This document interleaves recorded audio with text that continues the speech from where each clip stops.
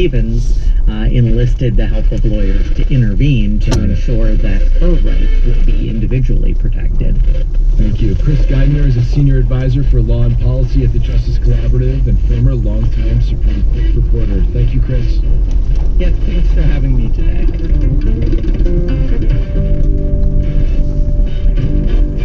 The Takeaway is supported by Miss Hall's School in the Berkshires, an independent high school where girls have conversations in more than 30 languages as they gain the skills they need to help change the world. Open house October 14th. More at misshalls.org.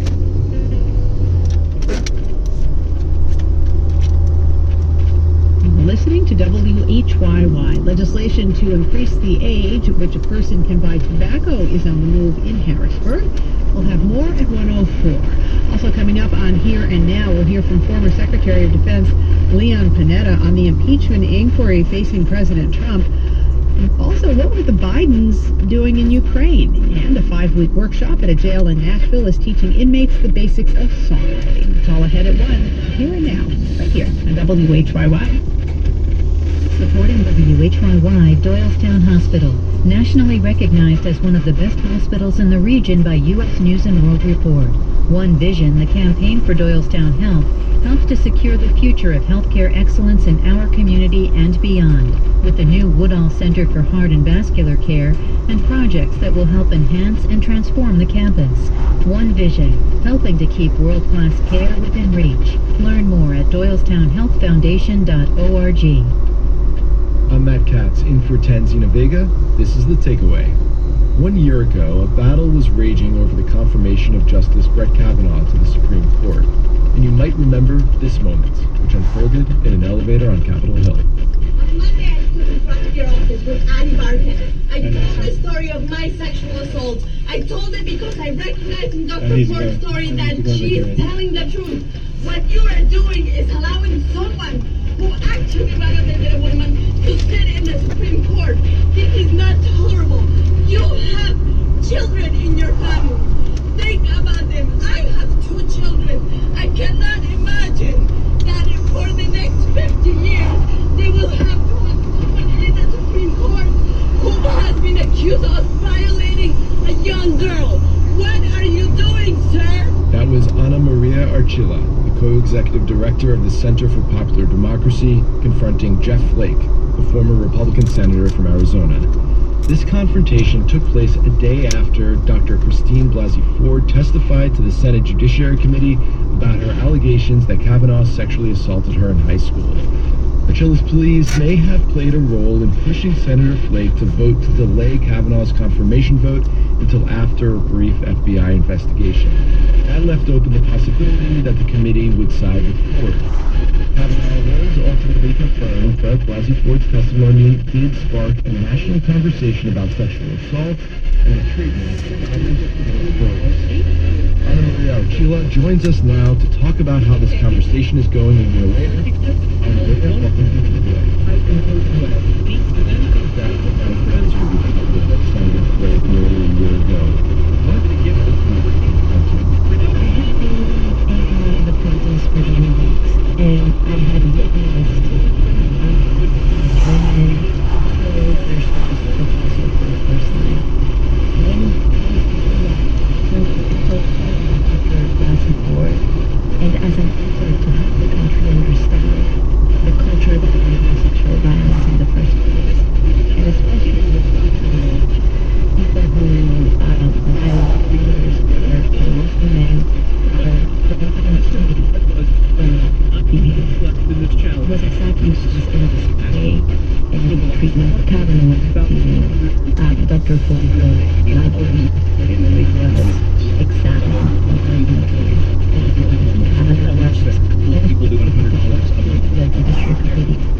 You're speaking my language. I'll take your question. I think this video I deserve to know. Witnessing the courage of other survivors and being outraged by which I hadn't told in 30 years, and my parents. The world. No, I did not mean to tell it. In that moment, as he was about to make a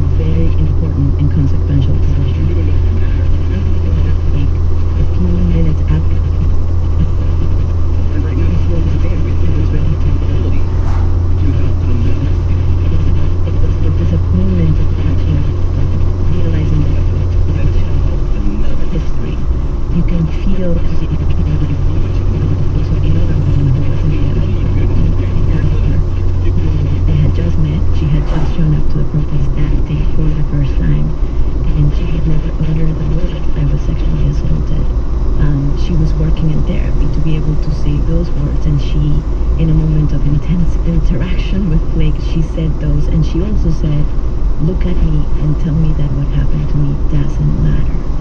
And those words continue to resonate in the dialogue that we are having in our country about how we treat survivors today.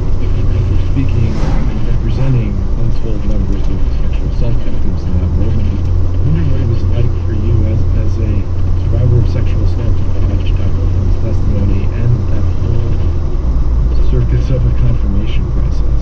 Watching Dr. Ford's testimony was both incredibly painful. I could recognize in the cracking of her voice and the effort to keep her composure my own experience, and I could recognize that she was trying to both share generously something that was difficult to share and try to help the country understand the impact of allowing men who violate women to keep functioning in our society and be granted permission to continue.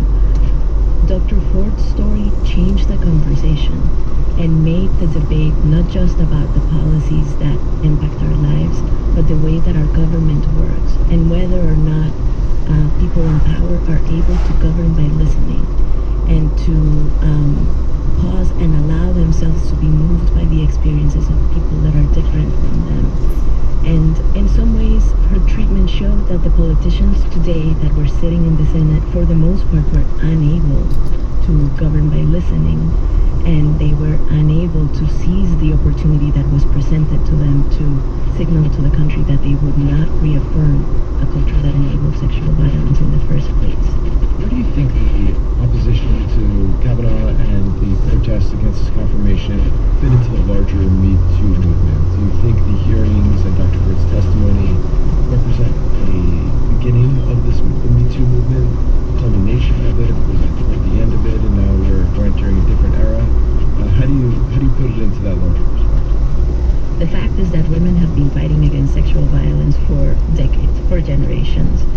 And many years ago, a woman whose name is Tarana Burke created a space, both a physical space and kind of a political space for women to tell their stories so that they could begin to heal. And she coined the term Me Too. And about a year before the Kavanaugh protest, that term came into political kind of and erupted in social media, and lots of women began to share their stories. And I asked myself when Me Too first broke into the scene whether I would say something. And I remember I drafted, people were sharing a lot on social media, and I drafted several posts and erased them, and drafted them and erased them. I couldn't bring myself to share my own story then.